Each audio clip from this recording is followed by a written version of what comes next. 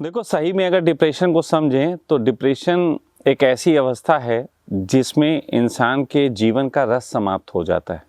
जैसे आप खाना खाते हैं तो खाना खाने के बाद जो है वो आपको स्वाद ना मिले तो कब तक आप खा सकते हैं। आप नींद लेते हैं, करवट बदलते रहें, पूरे तरीके से सो ना पाएँ तो एक डिस्टर्बेंस लाइफ में होता है। और यही एक लगातार स्थिति अगर किसी की हो तो अगर ऐसा व्यक्ति क्यों खाना चाहेगा। फिर वो खाने में कोई स्वाद नहीं मिल रहा है तो केवल ज़बरदस्ती दिखाने के लिए खा रहा है, तो जीने की इच्छाएं समाप्त हो जाती हैं।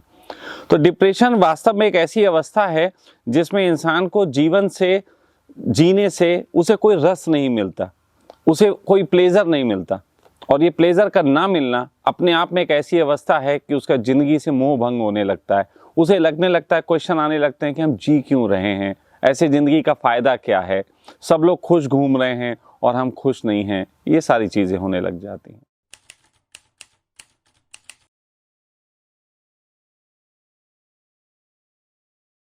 देखो, इसके लक्षण कई तरीके से हैं।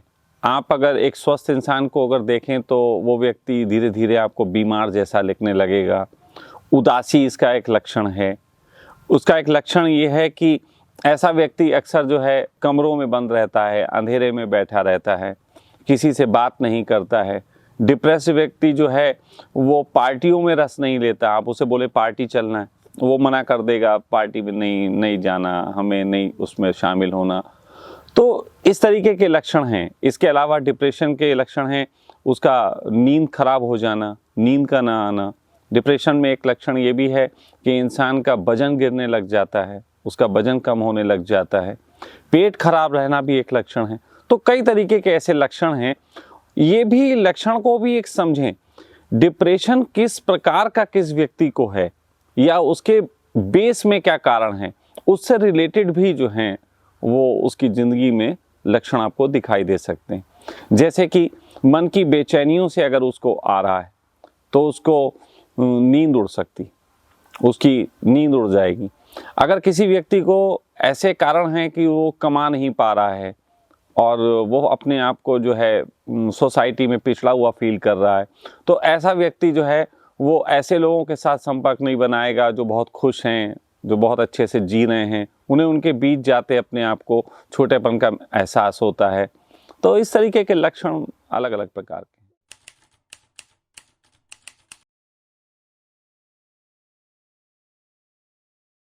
प्रकार तो देखो, मनुष्य जाति पूरी 3 प्रकार में बटी हुई है। एक शरीर के लक्षण हैं, है ना, एक आपके मानसिक लक्षण हैं, एक सोसाइटी के लक्षण भी हैं।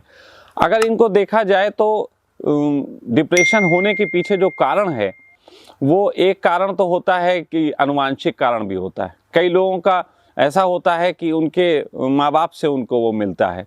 अगर किसी कंडीशन में कोई माँ बहुत डिप्रेस्ड रही हो और उसी वक्त एक बच्चे को जन्म देती है तो उस बच्चे में एक समय बाद वो लक्षण उभर आते हैं। इसके अलावा पिता के लिए लक्षण कभी कभी होते हैं, वो बच्चों में उभर आते हैं, आनुवांशिक होते हैं।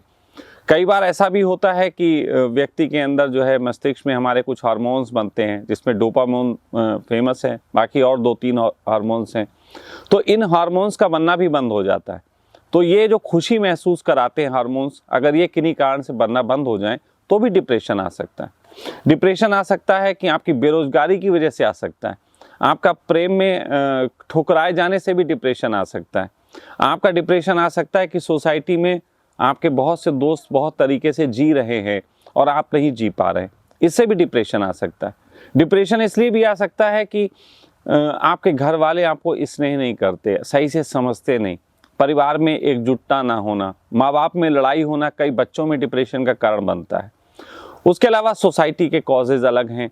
सोसाइटी जो है किसी को छोटा, किसी को बड़ा, किसी को अलग नज़रिए से देखती है। तो इस तरीके के बहुत सारे कारण हैं जिसकी वजह से डिप्रेशंस होते हैं।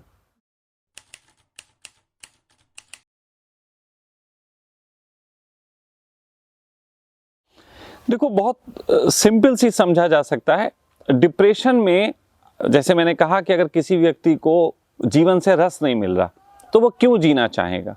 तो ऐसी डिप्रेशन में जो सबसे बड़ी स्थिति है वो ये है कि आदमी जीना ही नहीं चाहता, वो जीना ही नहीं चाहता। ये डिप्रेशन की बिल्कुल एक्सट्रीम कंडीशन है। और एंजाइटी जो है वो भय से रिलेटेड है। तो इंसान को बहुत तरीके की बातों से भय हो सकता है। किसी को मकड़ी से भय होता है, किसी को जो है भूत प्रेतों का भय होता है। तो भय एक अलग चीज़ है और डिप्रेशन एक अलग चीज़ है, और ये बिल्कुल दो मुखी बात है। भय का अर्थ है कि हम जीना तो चाहते हैं लेकिन हमें डर लगता है, और डिप्रेशन का मतलब हम जीना ही नहीं चाहते। अब यहाँ भय की कोई बात ही नहीं, वो कहते मार दो हमें जहर दे दो, हम मर जाते हैं, तो उसको भय नहीं है। डिप्रेशन वाले को भय नहीं है, डिप्रेशन वाले को रस नहीं आ रहा, और ये रस लेना भी फिर नहीं चाहता कि रस आता ही नहीं है। लेकिन एंजाइटी वाला रस तो लेना चाहता है लेकिन भयभीत होता है कि हम कैसे रस लें। तो ये बहुत बड़ा डिफरेंस है।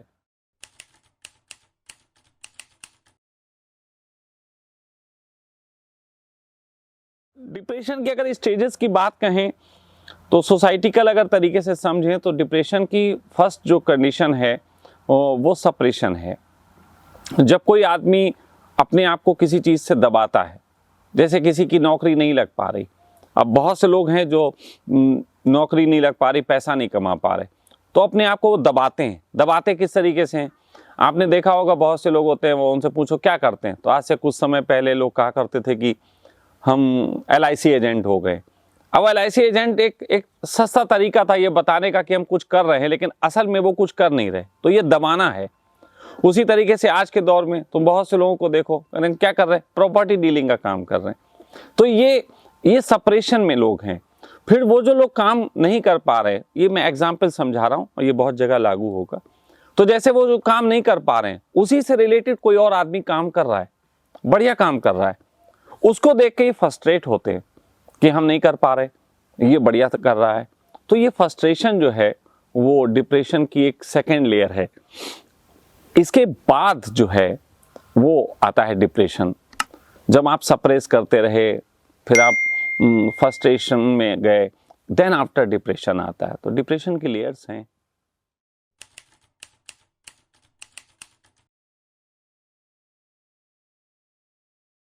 डिप्रेशन का सही मानों में कोई टेस्ट नहीं है।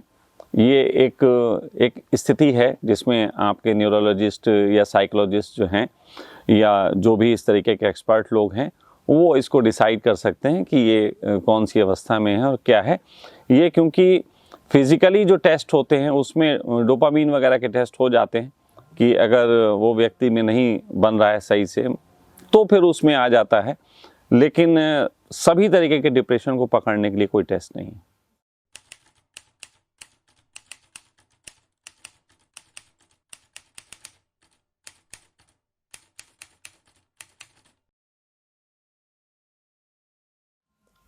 मन, शरीर, दिमाग, ये सब एक जुड़ी हुई बातें हैं।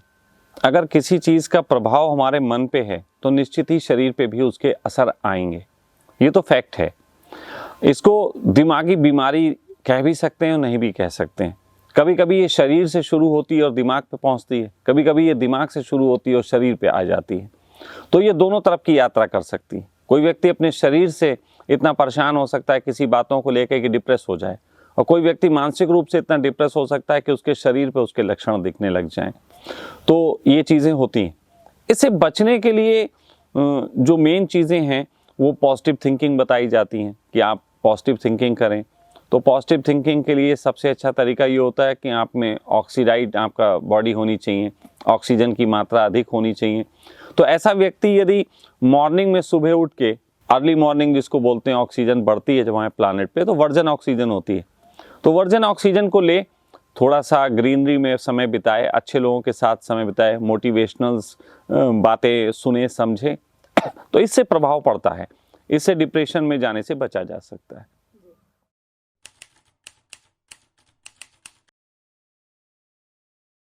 योग और ध्यान लाभ पहुंचाते हैं, लेकिन इसमें आदमी को बहुत ज़्यादा जो है वो नियम पालन की ज़रूरत होती है। और अक्सर डिप्रेशन में गया व्यक्ति नियम पालन करने पे सहमत नहीं होता, वो राजी नहीं होता कि हमें नियम पालन करने। वो कहता हमने सब करके देख लिया, सब बकवास बातें हैं। तो उसका विश्वास जमाना मुश्किल है। यदि विश्वास जम जाए और वो नियम पालन कर सके तो लाभ होते हैं। लेकिन इसमें दूसरी भी एक चीज़ है जिसको समझना ज़रूरी है। वो ये है कि जो डिप्रेशन के लिए आपको विधियाँ बताई जा रही हैं, वो विधियाँ क्या वास्तव में उस मनोस्थिति पे काम करेंगी जिस मनोस्थिति से आपका मरीज गुजर रहा है, या सिर्फ आप उसे वो विधि बता देते हैं जो आपके गुरुओं ने और आपके मठों ने आपको बताई होती हैं।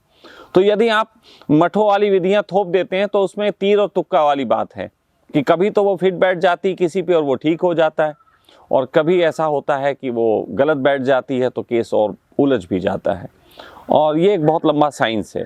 जैसे ध्यान की 100 लगभग 20 विधियां इस समय पृथ्वी पे मौजूद हैं। अब 120 विधियों में कौन सी विधि किसके लिए है, ये डिसाइड करने के लिए बहुत एक्सपर्टीज चाहिए। बहुत एक्सपर्टीज, बहुत समझ से गुजरा हुआ व्यक्ति ये जान सकता है कि किसके लिए कौन सी उपयोगी होगी, और तब जाके इसके लाभ ले सकता है।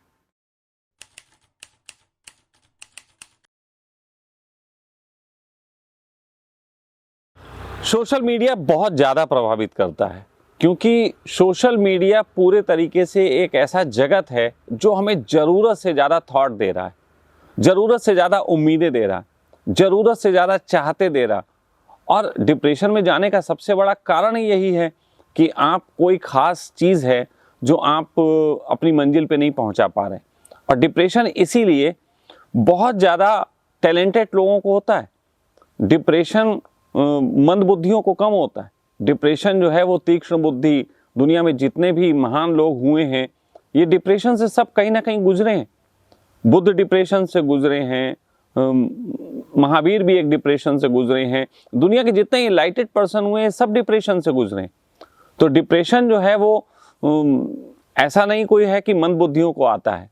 डिप्रेशन जो है वो बहुत अच्छी बुद्धियों को आता है, और अगर इनके साथ सही से काम किया जाए तो इनको बहुत अच्छी जिंदगी की तरफ ले जाया जा सकता है।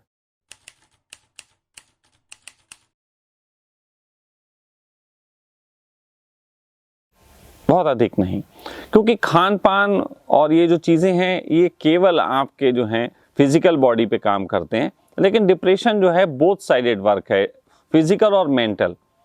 तो मेंटल ज़्यादा है तो वहाँ पे ये असर नहीं दिखाते।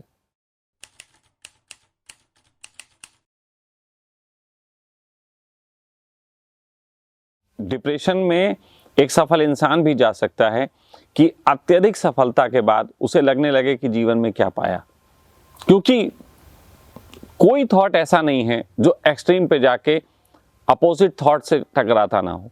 सफलता असफलता से टकरा जाती है, सफलता व्यर्थता से टकरा जाती है। सफलता बहुत ज़्यादा आपके हाथ लग जाए तो एक क्वेश्चन आ जाता है कि व्हाट नेक्स्ट। अब व्हाट नेक्स्ट वाला जो है वही तो रीज़न है जो बुद्ध को घर छोड़ के सिद्धार्थ राजा का बच्चा और जंगल चला जाता है। यही तो स्थितियां हैं, और ये बहुतों को आ सकती हैं, और ये आती हैं। बहुत से ऐसे लोग जो ज़िंदगी में सफल हो गए और रिटायर्ड हुए हैं, अभी कुछ नहीं कर रहे हैं जीवन में, घर में बैठे हैं, उनको कोई काम नहीं है, अच्छे से खा रहे हैं, ऐसे लोगों को भी डिप्रेशन होता है। लेकिन ये डिप्रेशन साइलेंट होता है, पता नहीं लगता दुनिया में, क्योंकि लोग इनको कहते हैं कि बड़े अच्छे हैं, लेकिन रियल में डिप्रेशन ये व्यक्तिगत रूप से महसूस करते हैं। तो डिप्रेशन पे यहाँ पे डिप्रेशन का एक तरीके से प्रकार बदल जाता है। एक डिप्रेशन होता है घर में बच्चे को, तो उसकी जो खनक है वो घर वालों को भी आती है। लेकिन एक बुजुर्ग को अगर डिप्रेशन हो जाए जो कि रिटायर्ड हो गए हैं और पैसा पा रहे हैं, तो बच्चों को तो लगता नहीं इनको कोई दुख होगा, उन्हें लगता है ये बुढ़ापे का एक लक्षण है।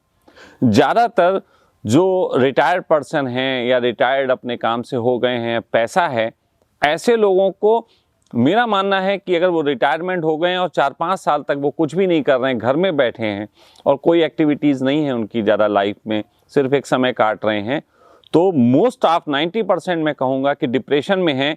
बस उन्हें अपने डिप्रेशन को कहना नहीं आ रहा, लेकिन वो हैं डिप्रेशन में।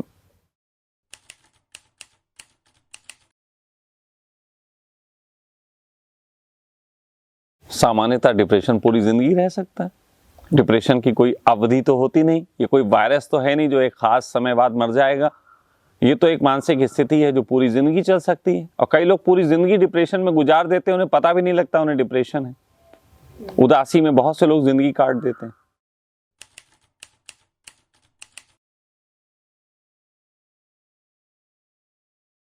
पहली बात तो दवाइयां इलाज नहीं है डिप्रेशन का। इससे पहले कि आप ये क्वेश्चन करें, आपको जान लेना चाहिए कि डिप्रेशन किस पैथी में किस तरीके से ट्रीट किया जाता है।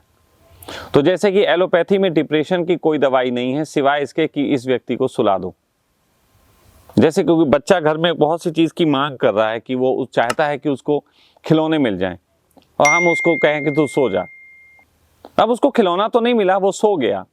उसी तरीके से डिप्रेशन को जब नहीं पकड़ पाई मेडिकल साइंस कि क्या करें, तो उन्होंने इसके लिए जो है वो ऐसी नींद की गोलियां बना दी हैं जिसको आदमी पूरी ज़िंदगी लेता रहता है और वो उससे स्वस्थ नहीं होता और बीमार होता जाता है अंदर अंदर, और वो गलता जाता है, लेकिन ऊपर ऊपर से बस वो अपनी बातें किसी को कह नहीं पाता। एक ऐसा समझ लो कि जवान को जो डिप्रेशन है, जैसे मैंने कहा रिटायरमेंट वाले को एक डिप्रेशन है, एक जवान को है डिप्रेशन। तो जवान का डिप्रेशन दिख रहा है क्योंकि वो घर में ऐसे रिएक्ट कर रहा है, लेकिन उसी को अगर गोली दे दें तो कुछ दिनों बाद वो बूढ़ा हो जाएगा, वो अपनी व्यक्त नहीं कर पाएगा बातों को कि मुझे डिप्रेशन है, लेकिन उसको वो डिप्रेशन होगा। तो एलोपैथी में इसका कोई उपचार नहीं है, वो इसको दबा देते हैं। आयुर्वेदी में थोड़ा सा मोटिवेशनल बातें या उसको जो थेरेपी है, मसाज थेरेपी, एक तरीके से टच थेरेपी है, उसमें कोई आपको एक पॉजिटिव पर्सन आपको टच कर रहा है तो थोड़ा बहुत उसका असर होता है। लेकिन आयुर्वेद वगैरह में भी इतने ज़्यादा नियम हैं और ये इतनी स्लो प्रोसेस है कि इसमें आदमी का बहुत समय और बहुत पैसा जाता है और रिजल्ट्स भी बहुत ज़्यादा अच्छे नहीं देखे जाते। तीसरी चीज़ होती है कि साइकोथेरेपी। आप साइकोथेरेपी लें, आप किसी साइकोलॉजिस्ट से जाके मिलें जो आपको अच्छे से आपको ट्रीट कर सकें। ये प्रोसेस थोड़े हद तक सफल दिखाई देता है, लेकिन ये पूर्णतः सफल नहीं होता, क्योंकि ऐसे में साइकोलॉजिस्ट की आपको लाइफ टाइम ज़रूरत पड़ जाती है, क्योंकि साइकोलॉजिस्ट ही आपको समझ पाया, परिवार के लोग समझ नहीं पाए, तो आप उससे मिल के फील करते हो। तो ये भी एक तरीके का मैं कहूँगा सक्सेस नहीं होना ही है। और दवाइयों से इसका कोई उपचार नहीं है, किसी प्रकार का उपचार दवाइयों से नहीं होता है इसमें।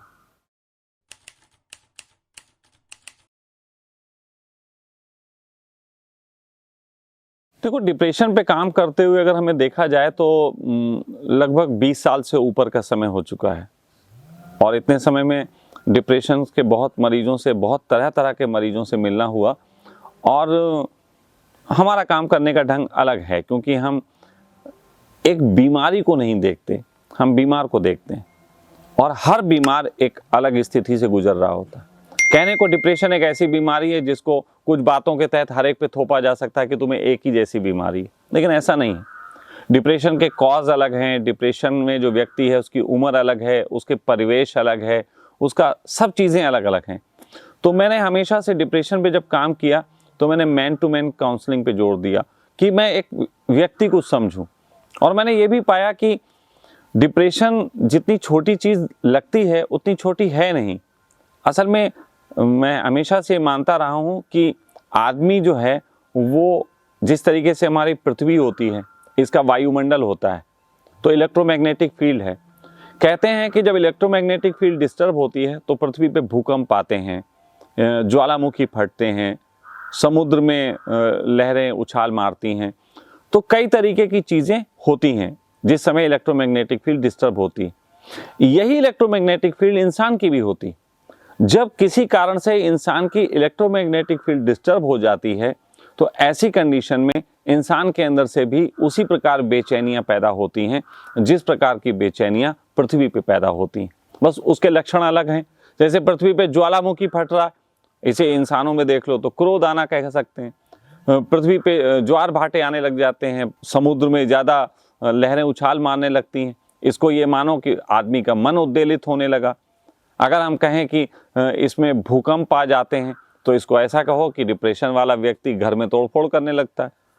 तो कहने का मतलब यह है कि इलेक्ट्रोमैग्नेटिक फील्ड के डिस्टर्ब होने की वजह से ऐसा होता है। तो बहुत से ऐसी विधियां हैं, थेरेपीज़ कहूँगा मैं, उन्हें ध्यान नहीं कहता, थेरेपीज़ कहता हूँ। वो थेरेपीज़ होती हैं कि अलग अलग तरीके से अलग अलग इंसान को कुछ चीज़ों से गुजार के उसकी इलेक्ट्रोमैग्नेटिक फील्ड की जा सकती, और जब वो ठीक हो जाती है तो इंसान ठीक हो जाता है।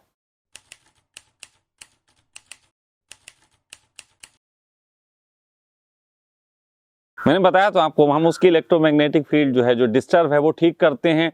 फिजिकल लेवल पे अगर कोई प्रॉब्लम है और डोपामीन वगैरह नहीं बन रहा तो उसके लिए कुछ थेरेपी हैं जिनसे गुजारते हैं।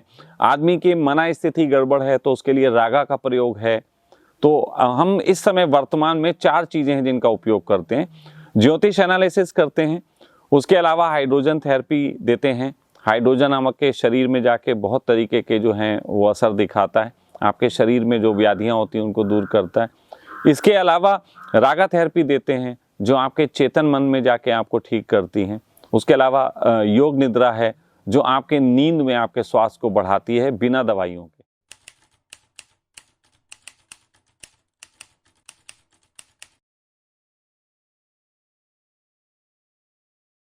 देखो, ऐसे केस मुश्किल वाली बात कहें तो नहीं होते हैं, लेकिन मैं थोड़ा बता देना चाहता हूँ। ऐसे केस तब मुश्किल हो जाते हैं जब एंजाइटी और डिप्रेशन दोनों मिक्स हो। फॉर एग्जाम्पल, एक व्यक्ति के अंदर भय है किसी चीज को लेके और वो उस भय की वजह से उस काम को कर नहीं पाता और करने की बार बार कोशिश करता है। तो भय के साथ जब उसे वो करने की कोशिश करता है तो उससे उसे वो रिजल्ट नहीं मिलते जो मिलने चाहिए, और यही कई बार चलता है। तो यहाँ पे दो चीजें संयुक्त रूप से काम करती हैं, एक उसको डिप्रेशन भी है, दूसरा उसको एंजाइटी भी है। अब आप ऐसे समझ लीजिए कि एक व्यक्ति को मरने की इच्छा और एक व्यक्ति को भय, यानी कि उसको जीने की इच्छा है और एक व्यक्ति को मरने की इच्छा है। तो जिसको मरने की इच्छा है उसको अगर जीने की इच्छा दी गई और उसी वक्त पे उसको ये भाव था जो कि जीने की इच्छा उसको दिक्कत दे रही थी, तो उसकी जीने की दीक्षा उसके भय को और बढ़ा देगी। और ऐसी कंडीशन में कि अगर उसको हम जीने की इच्छा ना दे के मरने की इच्छा दें तो हो सकता है डिप्रेशन का उस समय मूड हो, तो मरने वाले भाव डिप्रेशन वाले को और मृत्यु की तरफ ले जाएंगे। तो ये एक बड़ा कॉम्प्लेक्स स्थिति हो जाती है। ऐसे में हमें व्यक्ति को अपने सामने रख के उसके मूड्स को स्टडी करना पड़ता है कि उसके मूड्स किस किस तरीके के स्विंग्स होते हैं, और उन स्विंग्स मूड के आधार पे उसे time to time therapies different type की देनी पड़ती हैं ताकि हम दोनों आयामों में उसको ठीक कर सकें। तो सच बात तो ये है कि डिप्रेशन का कोई एक केस हमारे लिए मुश्किल नहीं होता, एंजाइटी का कोई एक केस हमारे लिए मुश्किल नहीं होता। मुश्किल होता है जब एंजाइटी और डिप्रेशन दोनों एक साथ मिलके आते हैं, तो उसमें थोड़ी सी मुश्किलात होती हैं। लेकिन यदि व्यक्ति सहयोग करे, और सहयोग सिर्फ इतना करना है कि जो उसको कह रहे हैं उतना मान ले, क्योंकि कई बार वो मानता नहीं, तो बस इतना सा ही होता है कि वो उसको मान ले। तो इसमें कभी कभी हम फैमिली मेम्बर्स को कहते हैं कि आप भी साथ में रहिए ताकि उस समय जो थेरेपी दी जा रही है उसको पूरे निगाह रख के कराया जा सके। तो इतना ही बस एक मुश्किलात होती हैं।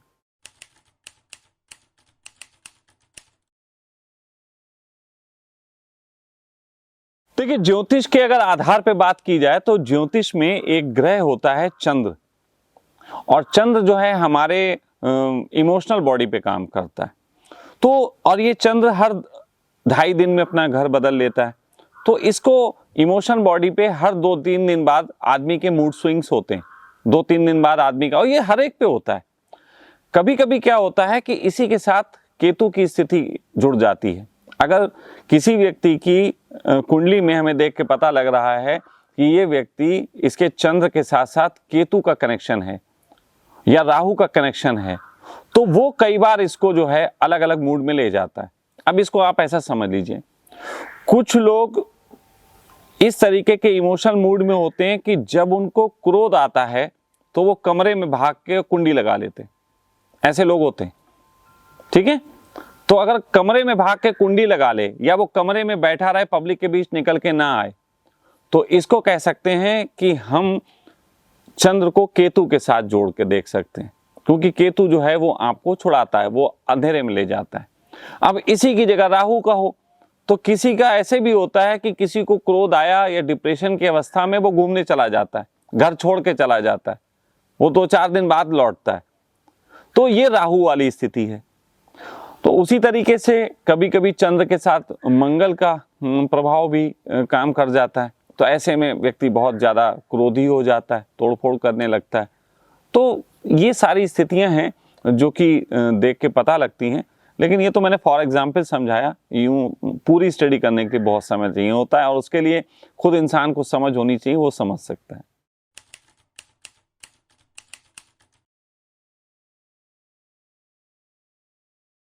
नहीं, रोकने के लिए जैसे मैंने बताया कि इंसान अगर पॉजिटिव सोच रखे, अच्छे लोगों का साथ दे, या उसके घर वाले उसे इस तरीके से सपोर्ट करें कि उसकी असफलता को भी जो है वो असफलता ना प्रतीत होने दें, उसका मोरल बनाए रखें तो डिप्रेशन को रोका जा सकता है।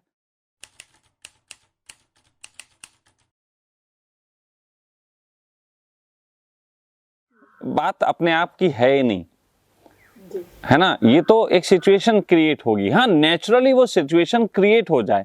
फॉर एग्जाम्पल, किसी व्यक्ति के घर वाले उसको पूरे तरीके से समझ नहीं रहे, उसको इस वजह से डिप्रेशन है। ऐसे में उसकी जिंदगी में, उसके घर में कोई ऐसा मेहमान आ जाए जो कि बहुत अच्छे से उसको ट्रीट कर रहा है, समझ पा रहा है। फॉर एग्जाम्पल, किसी के घर में मैं ही मेहमान हो जाऊं, वहां कोई डिप्रेशन का हो, तो मैं उसे कुछ दिनों में ऐसी बूस्टिंग दे सकता हूं कि वो अच्छा फील करने लगे। लेकिन ये नेचुरली नहीं हुआ, ये हुआ बाय ट्रीट ही। नेचुरली का तो अर्थ होता है कि कमरे में बैठे बैठे अचानक किसी दिन दिव्य चेतना जो है जागृत हो गई और आप ठीक हो गए, तो ऐसा नहीं होता। सच बात तो यह है कि इसके लिए एक माहौल की जरूरत होती है। हाँ, वो सर्कमस्टेंसेस में वो माहौल बन सकता है।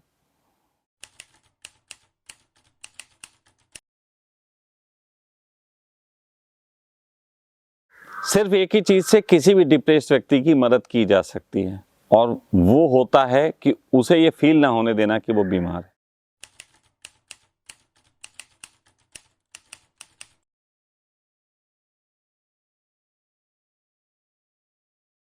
देखो, सखा वेलनेस में जो सबसे कीमती चीज है वो यहाँ का एनवायरनमेंट है।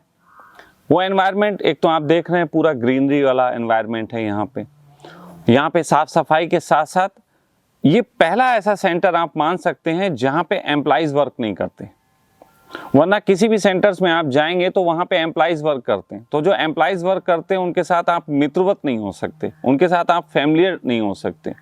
लेकिन हमारे यहाँ हमारी सखा परिवार ही इस पूरे व्यवस्था को संभालता है।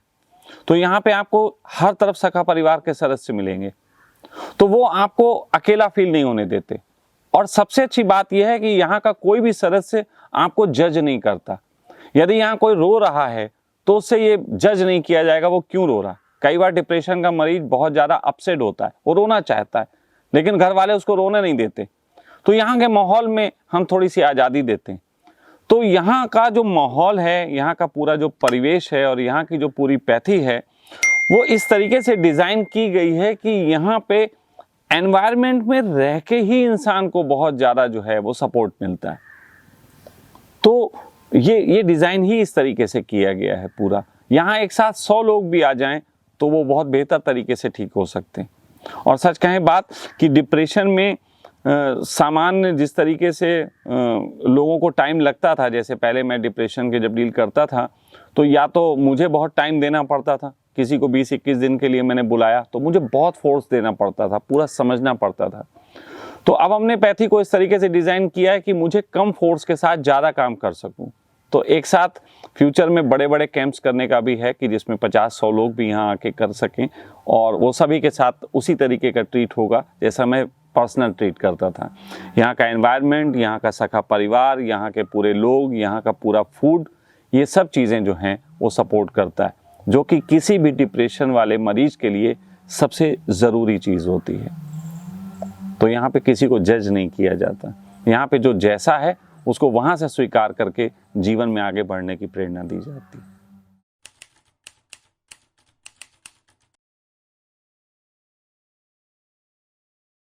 मेरा आज का हेल्थ टिप अगर डिप्रेशन वाले मरीजों के लिए होगा तो सिर्फ ये होगा कि डिप्रेशन वाले मरीजों को चाहिए कि वो कम से कम सुबह उठ के प्रतिदिन टहलना शुरू करें। हो सके तो कुछ अच्छे थॉट्स, कुछ अच्छे विचार वाले लोगों का साथ करें। आजकल पार्क में ऐसे बहुत लोग मिल जाते हैं। हाँ, जो लोग उनको जो हैं बहुत ज़्यादा नेगेटिव फील कराते हों, डिप्रेस्ड फील कराते हों, ऐसे लोगों से थोड़ी दूरी बनाएं। अगर ये 2 बातें मान ली जाएं कि पॉजिटिव थॉट वालों का साथ और ऑक्सीजन का आपके शरीर में बढ़ोतरी, तो काफ़ी हद तक इसमें आपको इससे बाहर निकलने में मदद मिलेगी। ये आपके लिए एक टूल की तरह काम कर सकता है।